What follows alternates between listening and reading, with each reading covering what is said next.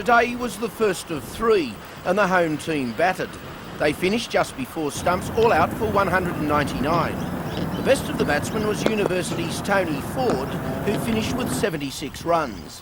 Stockton skipper Jim Hogg was his usual reliable self, scoring 67. Much of the interest, though, centred around the comeback of Jeff Lawson, who's been sidelined with injury. He took 2 wickets for 19 runs off 13 overs, but never was really flat out. Mike Whitney was the pick, returning the figures of 3 for 27. Spinner Murray Bennett claimed 3 wickets for 58 runs. New South Wales bowled just 3 overs at Newcastle before stumps, with the match to continue at 10 a.m. tomorrow.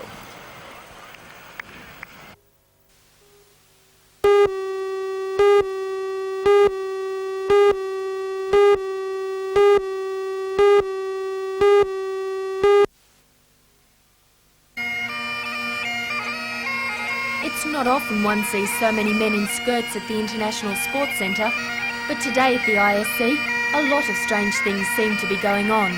There were girls dancing happily with mops, and lone pipers stood playing to sometimes no one at all. I suppose I'm not letting the cat out of the bag when I tell you there was actually some sense to all this seeming madness. What you see are the Highland Games solo piping and drumming competitions underway. 11-year-old Darren Gina from Sydney showed a firm hand and a strong pair of lungs during practice, but he did admit it can sometimes be a bit tricky. If you breathe from the top of your lungs, sometimes you can get very, very deep and you'll knock yourself out. The highlight of this weekend's Highland Games is tonight's performance of the military tattoo. But these melodious sounds continue tomorrow with the East Coast Pipe Band Championships and a Highland dancing competition happening here at the ISC. That was nice.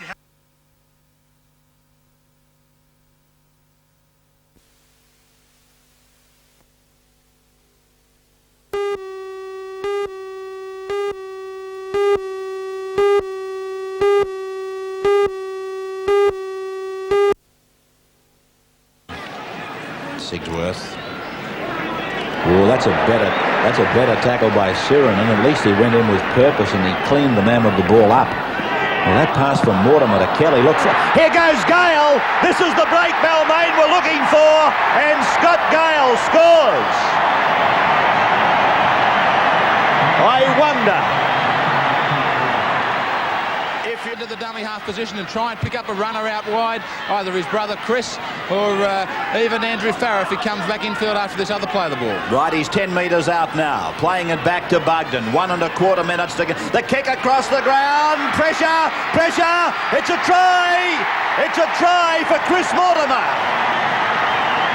Canterbury try scored by number 4, Chris Mortimer. Chris Mortimer has scored for the Bulldogs. 13-4.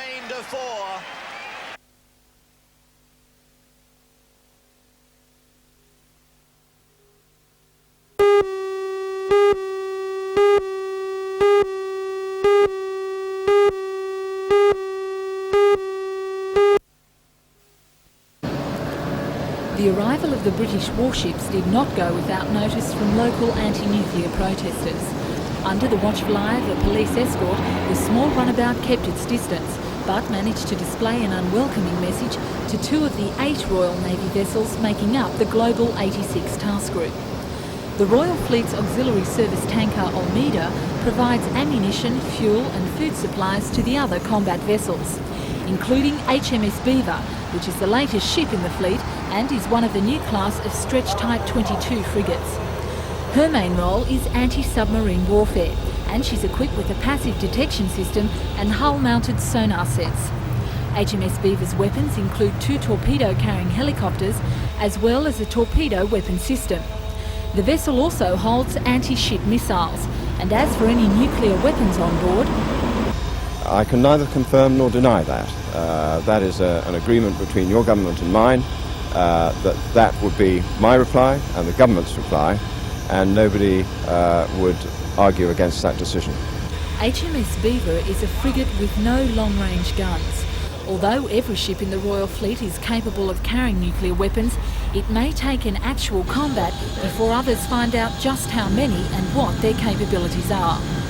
The British policy of secrecy about nuclear weapons on board is in line with that of the Americans.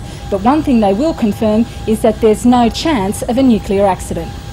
There's no chance of an accident with them.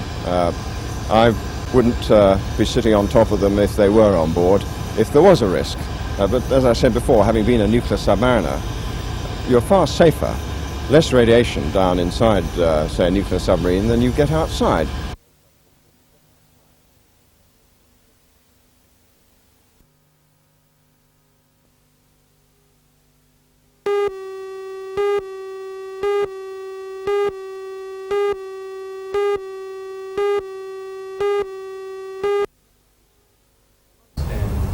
Among speakers giving an introduction to Australian standards for quality control was the Navy's Ordnances Inspector, Commander Peter Phillips. He detailed Australian standards, saying they were based on American, British and NATO standards, and emphasised the relationship between quality control, production and profitability. Another of the speakers was the Industry Liaison Manager for the Submarine Task Force, Brian Fanning. In talking about the need to organise for quality control, he also spoke of how important standards were to not only the government and the Navy, but also the overseas contractors vying for the submarine contract. According to Mr Fanning, if Newcastle companies want to be considered for any part of the contract, then they must show they have the capability to ensure quality control. It's a learning process, it's a development process, but there are many companies which are up to certain levels of standards. There are companies, many represented in there now, which are in the process of becoming accepted by the Navy to those standards.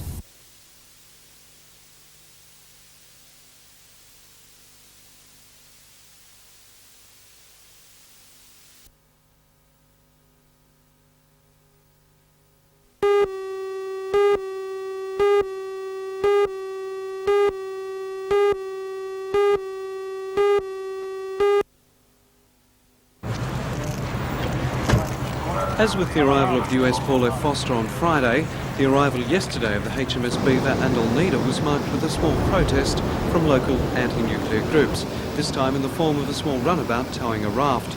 The Royal Fleet's Auxiliary Service Oneida provides ammunition, fuel and food to the British Navy's combat vessels, while the Beaver, the latest addition to the fleet, is principally geared up for anti-submarine warfare. She's equipped with a passive detection system and hull-mounted sonar sets, and her weapons include 2 torpedo-carrying Sea King helicopters, as well as a torpedo weapon system, which may or may not be nuclear-armed. I can neither confirm nor deny that. That is an agreement between your government and mine. That would be my reply and the government's reply, and nobody would argue against that decision.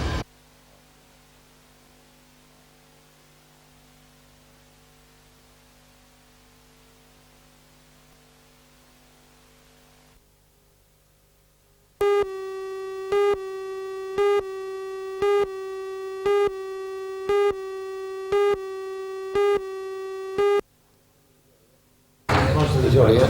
16 days after the polling booths closed, counting was completed around 8:30 last night with the final distribution of preferences. These resulted in the ALP's Dennis Nicholls and Liberal Peter Wilson being the 11th and 12th elected members of the council. Nicholls polled 5,029 votes and Wilson 4,774, both below the quota of 5,327.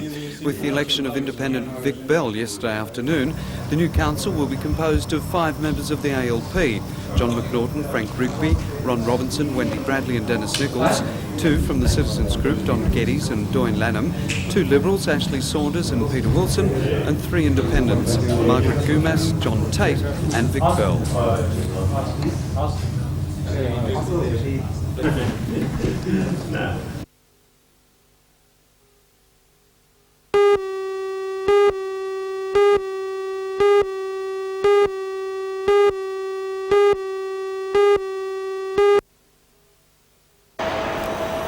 Compared to last Saturday's protest against the American destroyer, the number of anti-nuke supporters at Lee Wharf were down. But the People for Nuclear Disarmament were joined by members of the Waterside Workers' Federation, who went out on strike this morning and won't return until tomorrow. There is no safety plan for the protection of the workers in the port or the citizens of Newcastle at all, and we believe by taking this action, we're going to highlight this issue, and hopefully that we can then further prevent visits to these ships to the port. To highlight the peaceful protests, a colourful game of hopscotch, anti-nuke style, was played. The invitation was extended to the British crew, who looked on from the best vantage points at the rally below, but the offer was denied. Giant-sized postcards with anti-nuclear messages were signed and will be sent to the Minister for Defence, Kim Beazley, and the Attorney-General, Lionel Bowen. And then, in the brief hope of success after Saturday's rejection by the crew aboard the American destroyer, a goodwill offering of a bunch of flowers was handed to the officer on duty, and, in true British style, was gracefully accepted. Thank you very much. You're very kind. Thank you. Over the past week, 2 nuclear-capable warships, one American and one British joined with a service tanker, have sailed into the port of Newcastle. Although their welcome has been marred by protesters, the anti-nuclear supporters say they won't give up their fight until their message is heard loud and clear. While ever we have nuclear warships coming into our harbour, we will be out here trying to safeguard Newcastle.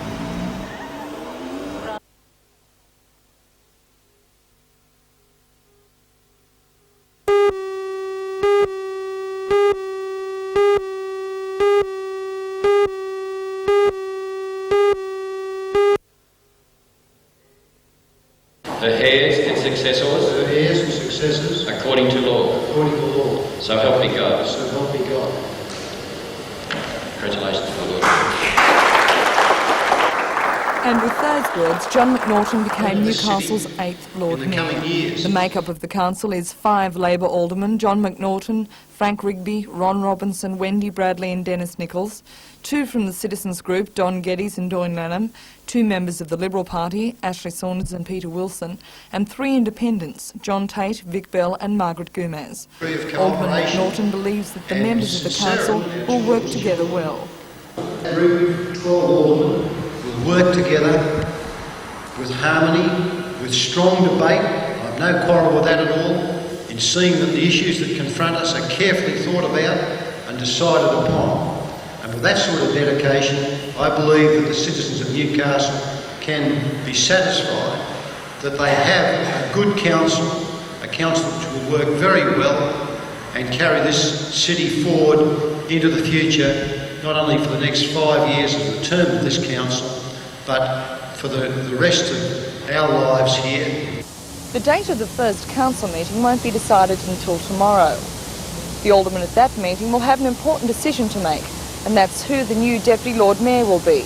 But John McNaughton isn't saying who his choice is. No, I don't have any favourites. I'm waiting to wait and see what the council decides. It's a matter of debate and with discussion.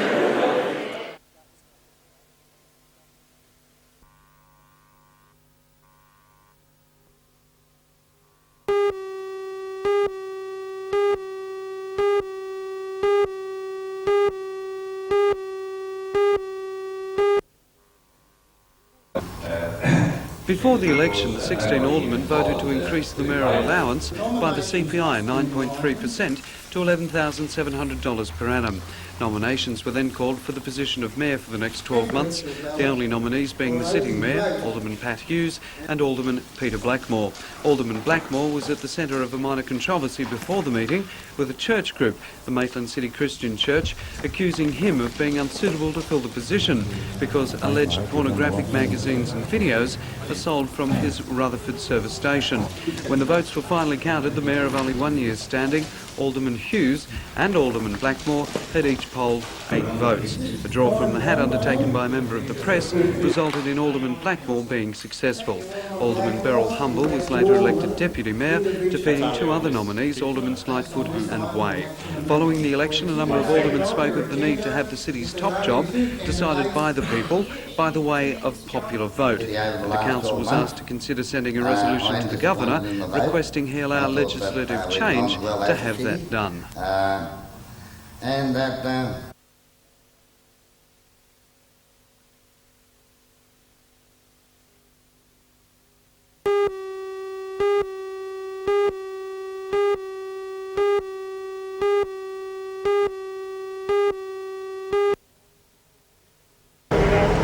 The accident happened around 8:15 last night, and within minutes police and ambulance were on the scene. There was little they could do, however. The pedestrian, believed to have been an elderly man, was killed instantly. A train bound from Maitland to Tamara was pulling into the Wickham station at the time. It's believed the railway gates were down when the accident occurred. The train remained at the station while police tried to piece together what had happened. A number of people at the scene last night said such an accident was inevitable. The pedestrians off the operation to cross the line. It's expected that safety standards of the crossing and Westminster Council will now be considered for review.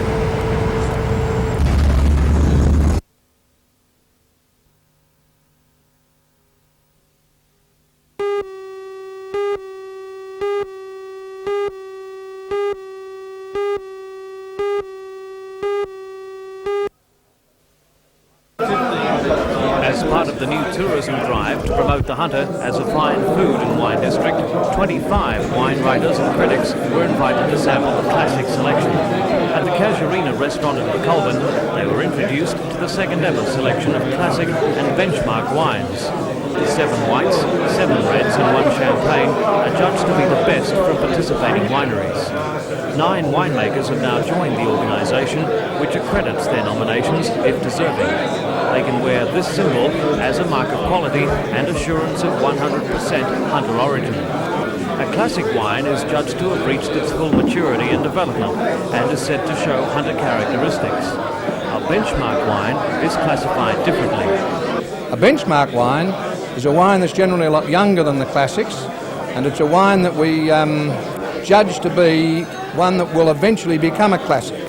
The Classic Wines Company is still in its early days, and it's yet to gain the full support of every vigneron in the valley. However, with its unique judging system, where any judge can veto a wine, it's gaining credibility every year. But wine writer with the Sydney Morning Herald, John Beatson, says wine buyers should still let their own palate dictate. He says an admirer of the Hunter style would enjoy these wines. Personal preference really comes into anyone's palate. You may prefer wines from one region to wines of another, but certainly they are top-class quality on show today. They really are.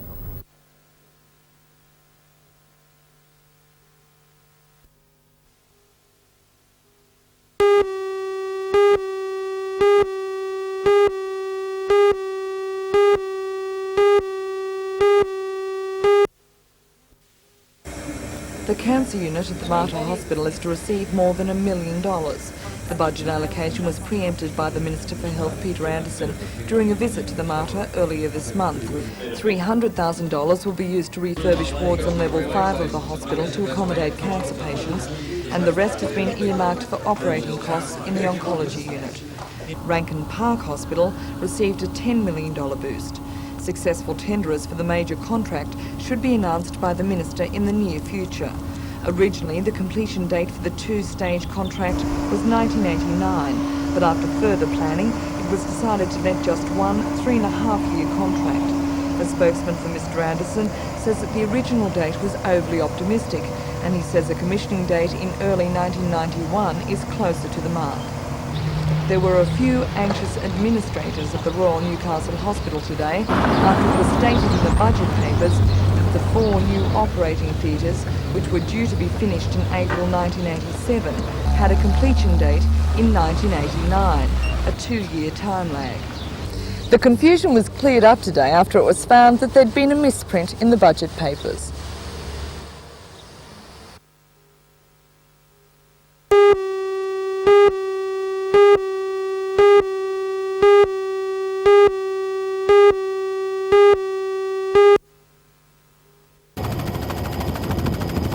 Three men staged the daring robbery at a Wobber State mine west of Toronto shortly before 9:30 this morning.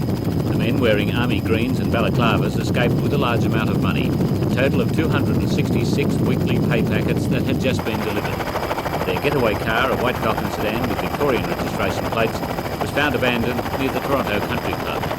It was a rent-a-car vehicle stolen from the Mascot area. Police believe the bandits transferred to another vehicle.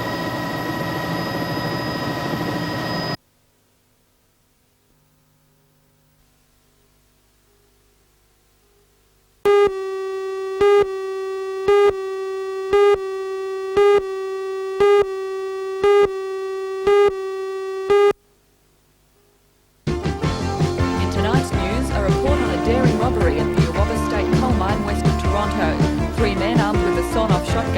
revolver, made off with the weekly payroll. Their abandoned getaway car was found near the mine. The men, described by police as armed and dangerous, are still at large.